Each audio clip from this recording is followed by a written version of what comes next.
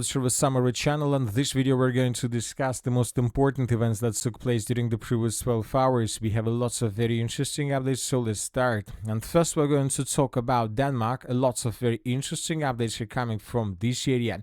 According to information we have, Aalborg International Airport in Denmark has suspended all flights due to drone activity.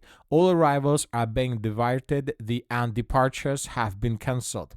The airport area is home to several military installations, including a Special Operations Command and an air base. Furthermore, according to information we have, currently Royal Danish Air Force helicopters are reportedly currently in the air over North Jutland, carrying special trained soldiers who are tracking and possibly shooting down unknown drones currently flying over Aalborg Airport in northern Denmark.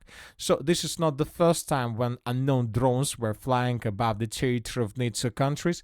I would like to remind you that since the beginning of September, we have had already three cases of violation of airspace of European countries. The first one took place in the southeastern part of Poland when Russians were attacking the western part of Ukraine. Some drones crossed the border with Poland and entered its airspace. Later, according to information we have, several Russian MiG-31 crossed the airspace of Estonia, and now we got report that drones were flying above Denmark. So it seems that somebody is doing this for a reason, and probably somebody wants to escalate the conflict between Russia and the European Union and the NATO countries. So what is the purpose of this? And most likely the purpose of this was revealed by the president of Ukraine, Zelensky, when he was in the United States of America. He stated that he needs additional forces and intelligence information to carry out a special operation, probably another offensive operation. This information we got from Trump circle, his circle. Trump received from his circle information about a planned offensive by the Ukraine armed forces, which will require U.S. intelligence support. This was reported by the Wall Street Journal, citing sources. The publication notes that the U.S. president has changed only rhetoric regarding Moscow, but not his policy. According to its information, he still has not authorized Ukrainian strikes deep into Russia with American weapons, the newspaper notes. So it seems that Zelensky and the European Union are preparing before another wave of escalation, but they cannot do this without security guarantees or support from the United States of America. Another important thing that Zelensky needs intelligence support, which means that he is going to carry out some special operation not all over the territory of former Ukraine. We're talking about the Ukraine under Ukrainian control and Ukraine that is under complete control of the Russian Federation. If Ukrainians need information, intelligence information, this means that they're planning to do something on the territory of old Russia. And this might be another offensive operation with the purpose to answer the territory of the Russian Federation. And you know that if we increase the numbers of updates, let's say since the beginning of September, we're going to receive lots of icons and updates along the entire line of combat contact. But there is one area where we got the biggest number of attacks from the Russian side, and we are talking about the territory to the north of the city of Kharkiv. So this area, area around the settlements of Kazachia, Lopon, Udi, and so on. As you can see, lots of icons, lots of attacks, lots of explosions, and this is the biggest area. This is the area with the biggest number of events and strikes from the Russian side, and it seems that Ukrainians have concentrated here lots of units. Of course, we have concentrations around the city of Volchansk, but there is an offensive operation from the Russian side. We have huge concentration, let's say, in the Veliki Burluk direction, but this is another area where the Russians are attacking right now. We have concentrations in the Sumy and Chernihiv area, but there are lots of icons, but most of them are about how Russians were attacking positions of the armed forces of Ukraine, mainly their drone launching positions. But this area has the biggest concentration. So it seems that Ukrainians are planning to carry out possibly another offensive operation, and this time the Ukrainians may try to get as close as possible to the city by the name of Belgrade. The Ukrainians don't need to take or to capture the settlement itself, but if they shorten the distance to the city of Belgrade, let's say to this level from these positions, the Ukrainians would be able to begin bombing and attacking the city of Belgrade with artillery systems, with multiple launch rocket systems, so they can make lots of panic and problems for Russians. Furthermore, as you can see, just during the previous 24 hours, we got additional videos of how Russians were attacking positions, let's say, of the 58th Mechanized Brigade of the Armored Forces of Ukraine in the area of the settlement Velikie Prokhody. As a result of this attack, another temporary deployment point of the Armored Forces of Ukraine was destroyed. So, too many updates. And furthermore, would like to remind you that since the beginning of September, the Russians attacked the city of Kharkiv also too many times. The Russians attacked its energy facilities, infrastructure, and many other important military objects. So, of course, let's wait and see what is going to happen here next. But if Ukrainians begin another offensive operation, and this time in the direction of Belgrade, this can lead to unpredictable consequences for Ukraine and probably to the NATO countries. So that is why they're trying to prepare themselves before another wave of escalation, most likely. Now let's move further and let's discuss the situation on the ground, and let's continue with the Kharkiv direction. And first, let's talk about its northeastern part. During the previous 24 hours, we received videos that confirm Russian control over the settlement of Odradne, or at least that confirm that Russians answered the settlement. So in this video, we can see how Ukrainians were attacking positions of the armed forces of the Russian Federation in the village of Odradne.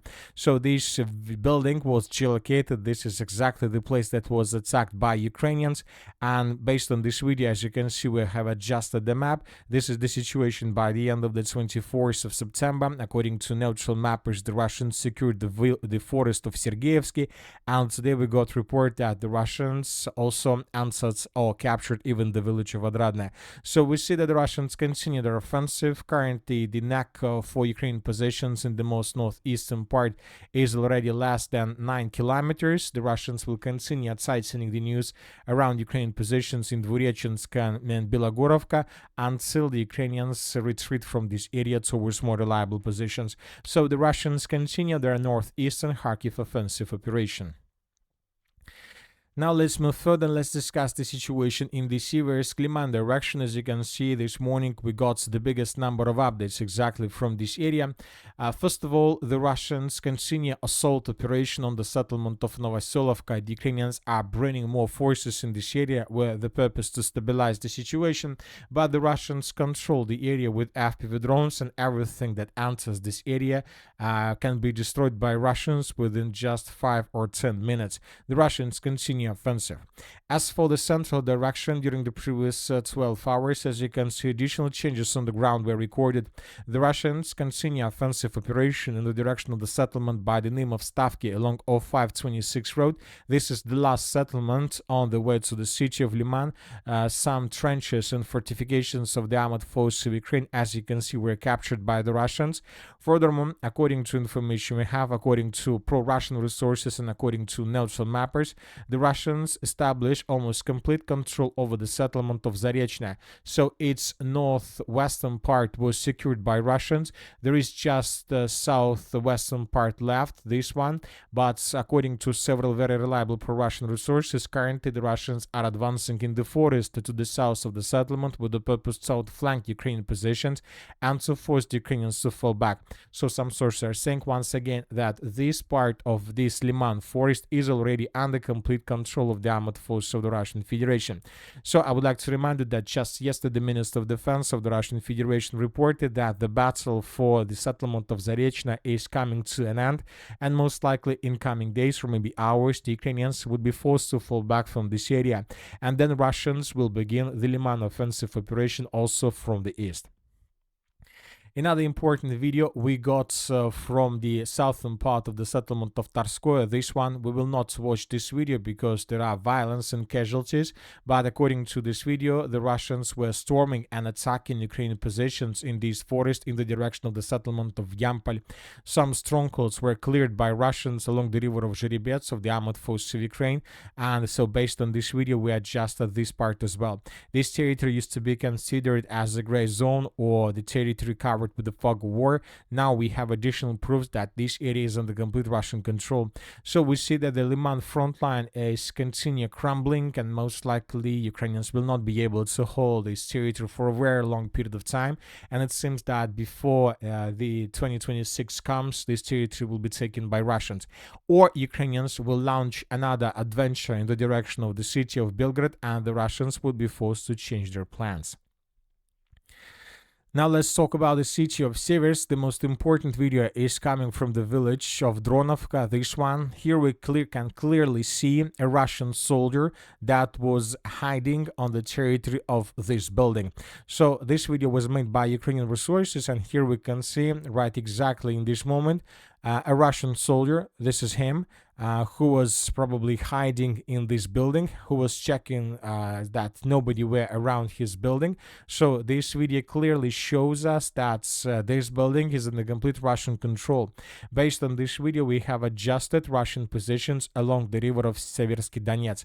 So now we see that the northern flank of the city of Siversk is also crumbling, and it seems that the Russians are about to finish the battle for the village of Dronovka, for the railways between villages of Yampol, Dronovka, and Siversk. And as soon as Russians take this northern flank under control, then most likely the Russians will make first attempts to answer the city of Siversk itself.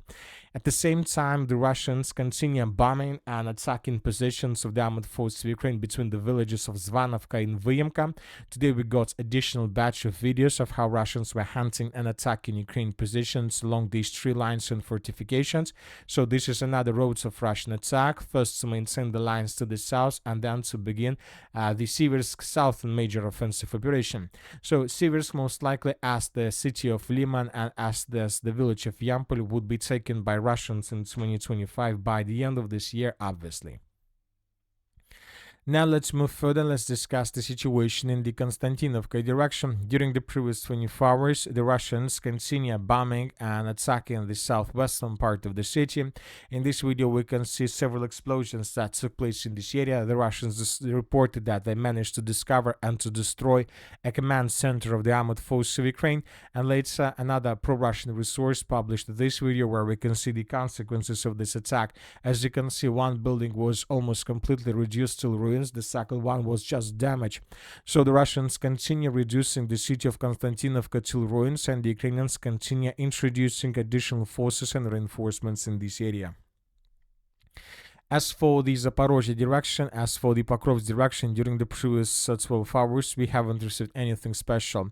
Another important update is coming from the city of Zaporozhye. According to pro-Ukraine resources, the armed forces of Ukraine managed to bring down Su-35 aircraft. I would like to remind you that since the beginning of September, the Russians carry out a lot of attacks with the Su-35.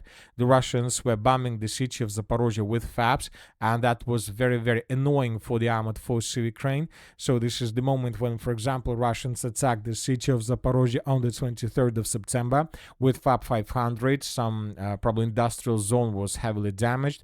This is another video when Russians attacked the city of Zaporozhye with FAB 500, and the Ukrainians realized that for them most likely it's better to ambush these Russian Su-34, and today the Ukrainian resources reported that they managed to do this. Anyway, let's wait and see what is going to be next. The Russians produce up to 18 Su-34 per year, so maybe the Russians will continue bombing, but now they managed to discover position of the air defense system of the armed forces of Ukraine. They will destroy it, and then they will start everything from the beginning. In this video, for example, we can see how Russians discovered another military exercising camp of the armed forces of Ukraine, and then the Russians attacked this area with Iskander missiles and with dozens of drones. The Russians are saying that Ukrainians suffered huge losses. Another important strike took place to the north of the city of Kiev and to the southwest of Chernigov. In this video, we can see how Russians managed to discover another military camp of the armed forces of Ukraine, and the Russians attacked this area with 2 Iskander missiles and with dozens of Geran drones. The Russians are saying that Ukrainians suffered huge losses. More than 300 soldiers of the armed forces of Ukraine suffered as a result of this attack. And that's it for the short video. Military Samurai channel reminds we condemn any violence in the world. Thank you for your watching. Subscribe to my channel, put your likes, join my Patreon, and have a good day. Bye bye.